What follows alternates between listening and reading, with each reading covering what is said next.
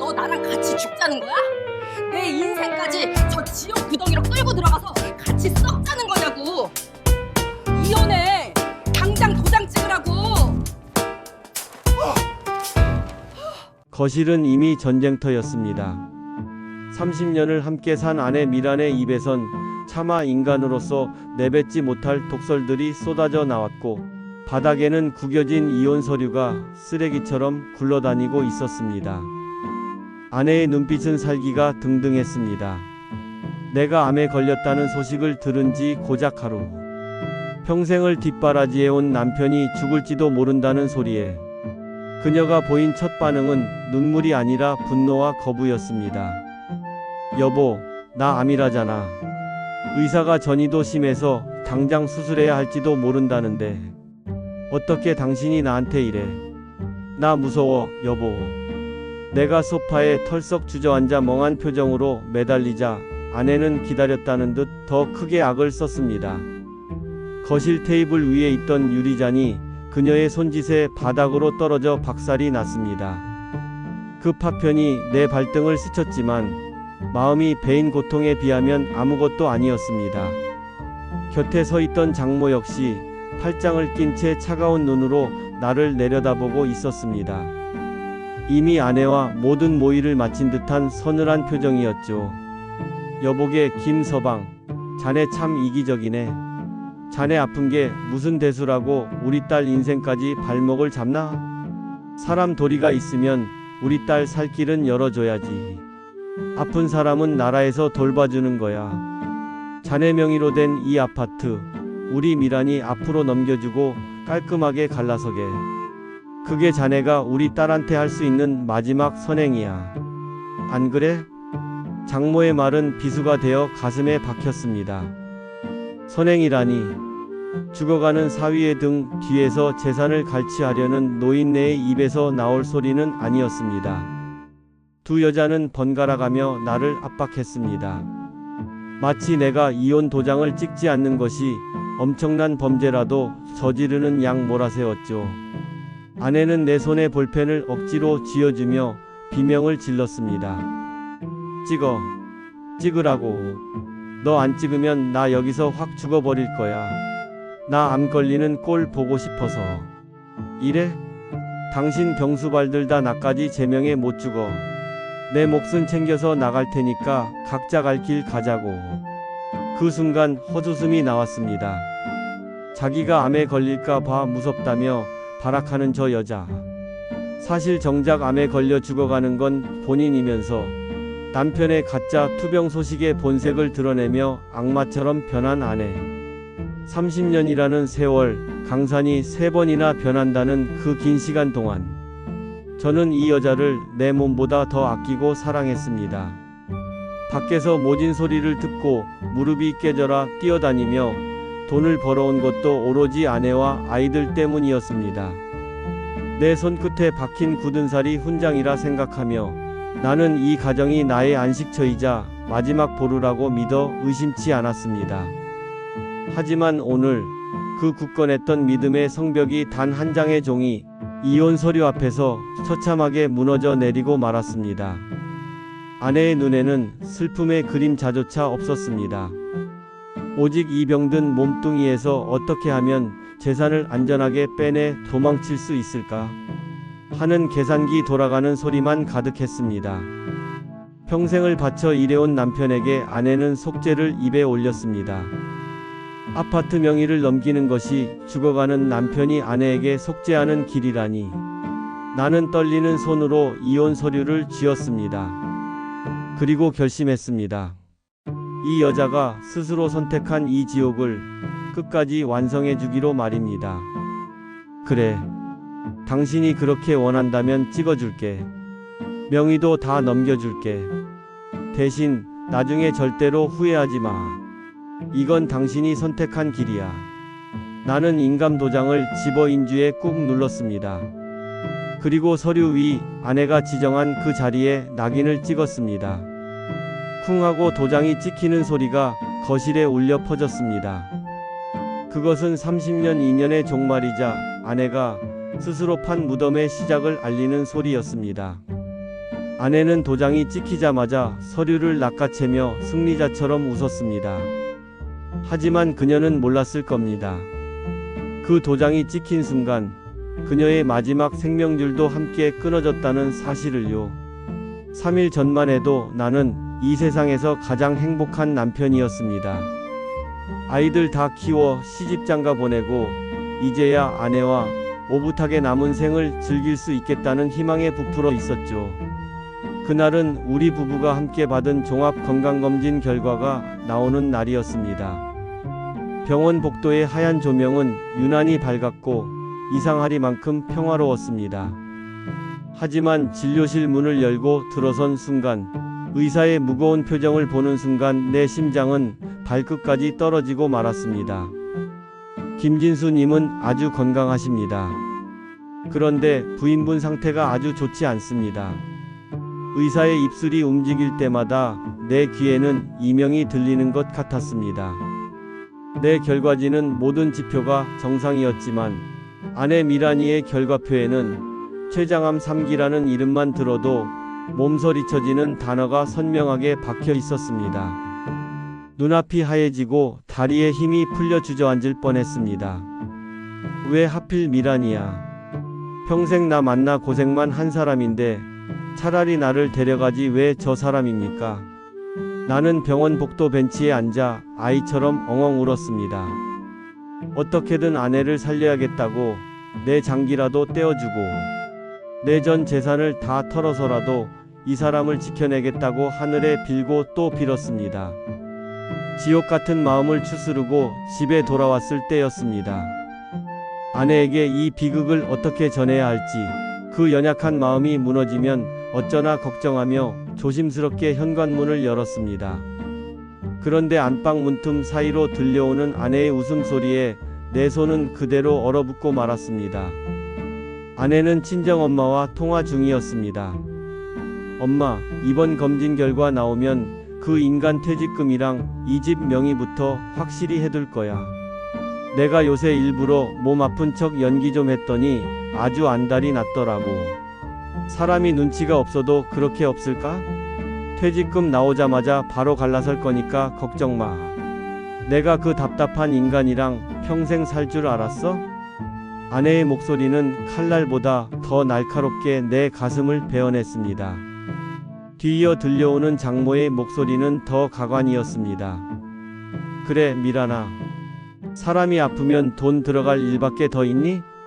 진수 그 사람 성격상 아프다고 하면 다 내줄 사람이니까 미리미리 챙겨라. 돈 안 나오는 기계는 빨리 버리는 게 상책이다. 아내에게 나는 사랑하는 남편이 아니었습니다. 그저 유효기간이 얼마 남지 않은 돈 나오는 기계에 불과했던 겁니다. 30년 동안 내가 흘린 땀과 눈물, 그리고 아내를 위해 죽을 수도 있다고 생각했던 그 지극한 마음이 한순간에 쓰레기통에 처박히는 기분이었습니다. 배신감에 몸이 떨리고 숨이 가빠왔습니다. 내가 살리려 했던 저 여자는 이미 나를 죽이고 내 시체 위에서 춤출 준비를 하고 있었던 겁니다. 손에 든 아내의 암 진단서가 바스스 구겨졌습니다. 뜨겁게 흐르던 눈물은 순식간에 차가운 증오로 식어버렸습니다. 나를 버리려던 그 잔인한 계획에 똑같은 방식으로 응징해 주리라. 나는 그날 밤 어둠 속에서 피눈물을 삼키며 결심했습니다. 아내가 그토록 원하던 자유와 돈, 그것이 그녀를 어떻게 파멸시키는지 똑똑히 보여주겠다고 말입니다. 나를 향해 쏟아내던 그 가증스러운 미소가 통곡으로 변하는 그날까지 나는 기꺼이 악마가 되기로 했습니다.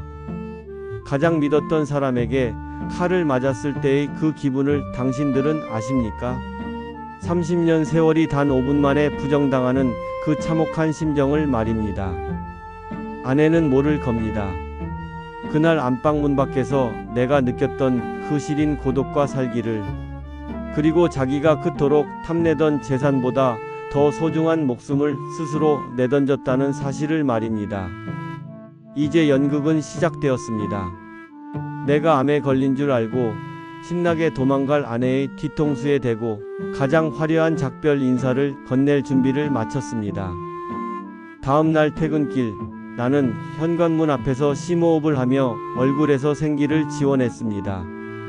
거울에 비친 내 얼굴은 이미 세상 모든 짐을 짊어진 말기암 환자처럼 초췌해 보였습니다. 친구 철수가 말한 대로 이제 내 인생에서 가장 처절하고도 완벽한 연극을 시작할 시간이었죠. 거실 소파에 앉아 느긋하게 얼굴에 팩을 붙이고 TV를 보던 아내 미란의 곁으로 다가가 나는 힘없이 바닥에 주저앉았습니다. 여보, 나 어떡하지? 오늘 병원에서 결과가 나왔는데 나 암이래. 간이랑 폐까지 전이가 심해서 당장 수술도 힘들 수 있다는구나. 최대한 목소리를 떨며 고개를 숙였습니다. 금방이라도 눈물이 터질 것 같은 연기를 하며 아내의 손을 잡으려 했습니다. 잠시 정적이 흘렀습니다. 보통의 아내라면 비명을 지르며 내 손을 맞잡거나 주저앉아 통곡하며 어떻게든 살려보자고 매달려야 정상일 상황이었습니다. 하지만 미란의 반응은 제 상상을 초월했습니다. 그녀는 귀찮다는 듯 붙이고 있던 팩을 천천히 떼어내더니 슬픔이 아닌 짜증과 계산기 두드리는 소리가 가득한 눈으로 나를 내려다봤습니다. 뭐? 아니, 몸 관리를 어떻게 했길래 그 지경이 돼? 이제 애들 장가 보낼 돈이며 내 노후 자금은 어떡하고? 당신 참 이기적이다. 죽으려면 곱게 죽지 왜 나까지 고생시키려고 그래? 나 병원 냄새만 맡아도 구역질 나는 거 몰라? 위로 한마디 없었습니다. 아니, 오히려 병에 걸린 나를 죄인 취급하며 쏘아붙였습니다.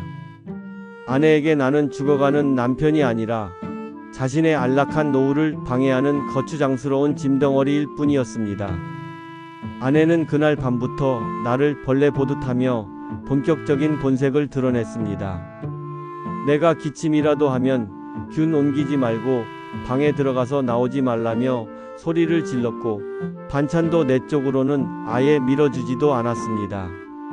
식탁 위에 차려진 건 식어 빠진 밥 덩어리와 김치 한 조각이 전부였습니다. 다음 날 아내는 기다렸다는 듯 장모까지 집으로 불러들였습니다. 두 사람은 거실에서 내가 들으라는 듯 큰 소리로 내 사망보험금과 재산 분할에 대해 떠들어댔습니다. 방문 너머로 들려오는 그 소름 끼치는 대화들에 나는 피눈물을 삼켰습니다. 30년을 함께 산 사람들의 입에서 나올 소리라고는 믿기지 않았습니다. 여보게 김서방, 자네 참 이기적이네. 자네 아픈 게 무슨 대수라고 우리 딸 인생까지 발목을 잡나? 사람 도리가 있으면 우리 딸 살 길은 열어줘야지. 병수발은 국가가 해주는 거야. 치료비로 그 아까운 재산 다 까먹기 전에 명예 넘기고 깔끔하게 갈아서게. 그게 자네가 우리 미란이한테 할 수 있는 마지막 도리야. 안 그래? 장모의 말에 아내는 한술 더 떴습니다. 당신 치료받는다고 병원에 돈 쏟아붓는 꼴, 나 눈 뜨고 못 봐. 내 인생이 너무 아까워. 그러니까 당장 진명에 내 앞으로 넘기고 이혼 서류에 도장 찍어. 안 그러면 나 가출이라도 할 거니까. 그렇게 되면 당신 수발 들어줄 사람 아무도 없을 줄 알아. 나를 위해 목숨도 바칠 것 같던 아내의 가면 아래에는 오직 돈과 자기 안위밖에 모르는 괴물이 살고 있었습니다. 그녀는 병든 남편의 손을 잡아주는 대신 남편의 주머니를 털어 도망갈 궁리에 눈이 멀어 있었습니다. 내가 아픈 척 연기하며 미란아, 그래도 우리 정이 있지 어떻게 이래. 라고 애원할수록 그녀의 목소리는 점점 더 고압적으로 변했습니다. 정이 밥 먹여줘? 당신 죽고 나면 나만 거렁뱅이 될 텐데 그 꼴을 보라고? 나는 차오르는 분노를 억누르며 차갑게 생각했습니다. 그래, 당신들이 원하는 대로 다 해줄게. 당신이 그토록 원하던 아파트 명예, 이혼 도장 다 가져가봐. 대신 그 선택이 당신의 생명줄을 스스로 끊어버리는 칼날이 되어 돌아올 때 그때도 지금처럼 당당할 수 있는지 지켜보마. 30년 신의를 배신한 대가가 얼마나 시리고 처참한 것인지 내가 가장 집착하는 그 돈이 너를 어떻게 지옥으로 끌고 가는지 똑똑히 보여주겠다고 다짐했습니다. 아내의 비릿한 웃음소리가 거실을 메울수록 나의 복수심은 암세포보다 더 지독하게 내 온몸으로 퍼져나갔습니다. 그래, 당신 뜻대로 해줄게. 대신 나중에 절대로 딴소리 하지 마. 이건 당신이 선택한 길이니까. 나는 마지막으로 아내의 눈을 똑바로 쳐다보았습니다. 하지만 미란의 눈에는 미안함이나 망설임 따위는 단 1%도 남아있지 않았습니다. 오히려 이제야 말이 통하네 하는 듯한 비열한 승리자의 미소와 빨리 치워버리고 싶다는 조급함만 가득했죠. 나는 떨리는 손을 연기하며 인감 도장을 쥐었고 아파트명의 이전 서류와 이혼 합의서 위에 붉은 낙인을 선명하게 찍었습니다. 도장이 찍히는 그 찰나의 순간 아내는 잽싸게 서류를 낚아챘습니다. 마치 굶주린 짐승이 먹잇감을 가로채듯 30년 세월이 담긴 그 종이 쪼가리들을 품에 안고 낄낄거렸습니다. 됐어. 이제 이 집 내 거야. 야, 김진수. 당신도 참 미련하다. 진작 이럴 것이지 왜 사람 진을 빼? 자, 여기 가방. 당신 짐 대충 싸놨으니까 지금 당장 나가. 암 환자랑 한 지붕 아래서 단 1분도 더 있기 싫으니까. 재수 없게 집안에 병균 옮기지 말고 어서 꺼지라고. 장모 역시 기다렸다는 듯 내 등을 떠밀며 현관문을 열어 젖혔습니다. 여보게 김서방, 아니 이제 김씨라고 불러야 하나? 자네 병원비는 자네 형제들한테 알아서 하라고 해. 우리 미란이는 이제 새 인생 살아야 하니까 다시는 연락하지 말게나. 죽을 때 죽더라도 우리 딸 앞길에 재 뿌리지 말고 조용히 가라고. 두 여자는 마치 대단한 전쟁에서 승리한 장수들처럼 어깨를 펴고 현관을 나서려 했습니다. 하지만 문고리를 잡으려는 찰나 나는 소파에 깊숙이 몸을 묻으며 낮게 깔린 목소리로 그녀들을 불러 세웠습니다. 미란아, 하나 말 안 한 게 있는데 선물 하나 줄까? 내 말투에서 느껴지는 서늘한 기운에 아내가 멈칫하며 뒤를 돌아봤습니다. 뭐? 선물? 돈이라도 더 숨겨둔 거 있어? 아니면 보험금 수령인이라도 나로 바꿔놨어? 그녀의 눈에 다시 탐욕의 불꽃이 튀었습니다. 나는 품 안에서 꼬깃꼬깃해진 종이 한 장을 꺼내 그녀의 발치에 던졌습니다. 그거 읽어봐. 당신이 그토록 원하던 당신의 진짜 미래니까. 당신이 내 병수 발들기 싫어서 내다버린 그 30년 세월의 진짜 대가 말이야. 미라는 콧방귀를 끼며 종이를 집어들었습니다. 하지만 종이를 읽어내려가는 그녀의 눈동자가 잘게 떨리기 시작했습니다. 수검자 성명 박미란. 판정 최장암 3기. 종이를 쥔 그녀의 손이 바들바들 떨리다 못해 경련을 일으켰습니다. 이게 뭐야? 이게 왜 내 이름이야? 당신이 암이라며. 당신이 죽는다며. 이거 가짜지? 나 속이려고 장난치는 거지? 아내가 비명을 지르며 나에게 달려들려 했지만 나는 차가운 미소로 그녀를 제지했습니다. 암에 걸린 건 내가 아니라 당신이야. 당신 병 수발들려고 내간이라도 떼어주려 했던 날, 당신이 친정엄마랑 내 퇴직금 뜯어낼 궁리하는 걸 내가 다 들었거든. 사람이 어떻게 저럴 수 있나 싶었지만 덕분에 정신이 번쩍 들더라고. 그래서 내가 암인 척 연극 좀 해봤어. 어때? 당신이 원하던 대로 이혼 도장도 확실히 찍었고 아파트도 챙겼으니까 이제 당신 병은 당신이 알아서 해. 그 집 팔면 수술비 정도는 나오겠지? 아, 근데 어쩌나. 최장암은 돈이 아무리 많아도 장담 못한다던데. 자기가 던진 부메랑에 자기가 맞은 기분이 어때? 아내의 손에서 서류가 힘없이 떨어졌습니다. 승리자의 미소는 온데간데 없고 그 자리에는 죽음보다 더 깊은 공포와 절망이 자리 잡았습니다. 아내가 내 발밑에 주저앉아 울부짖기 시작했지만 내 가슴 속엔 오직 얼음처럼 차가운 환희만이 감돌 뿐이었습니다. 30년 믿음을 돈 몇 푼에 팔아치운 대가는 이제부터 시작이었습니다. 아니야. 그럴 리 없어. 이거 조작이지? 당신이 나 골탕 먹이려고 가짜로 만든 거지. 미라는 현실을 부정하며 결과지를 갈갈이 찢어 발겼습니다. 하지만 찢어진 종이 조각 위로 선명하게 박힌 병원 직인과 본인의 이름은 지워지지 않았습니다. 곁에서 기고만장하던 장모 또한 사색이 되어 내 바짓가랑이를 붙잡고 늘어지기 시작했습니다. 아이고 김서방. 아니 사위. 이게 무슨 소린가? 우리 미란이가 암이라니. 자네가 살려야지. 자네 돈 많잖아. 퇴직금이며 보험금이며. 다 쏟아서라도 살려야지. 이혼은 무슨 이혼인가? 아까 그 도장은 무효네. 무효야. 사위, 제발 우리 딸 좀 살려주게. 방금까지 나를 벌레 취급하며 쫓아내려던 사람들이 이제는 살려달라며 비굴하게 무릎을 꿇고 내 구두 끝에 매달렸습니다. 나는 그 가증스러운 손길을 차갑게 뿌리쳤습니다. 아까 당신들이 그랬지? 병수발은 국가가 해주는 거라고. 우리 딸 살 길 열어달라고. 나도 똑같이 해줄게. 당신이 그렇게 원하던 이혼 도장까지 확실히 찍었으니 이제 우린 완벽한 남남이야. 아, 당신 명의로 넘겨준 그 집? 그거 팔아서 수술비로 쓰든 말든 당신 마음대로 해. 근데 어쩌나 췌장암 삼기면 수술비로 집 한 채 날리는 건 일도 아니라고 하더라고. 아파트 한 채로 내 목숨값 치르면 딱 맞겠네. 나는 현관문을 열고 그녀들을 복도로 밀쳐냈습니다. 그리고는 아내가 그토록 아끼던 명품 가방들과 보석 상자들을 복도 바닥으로 던져버렸습니다. 여보, 내가 잘못했어. 내가 미쳤었나봐.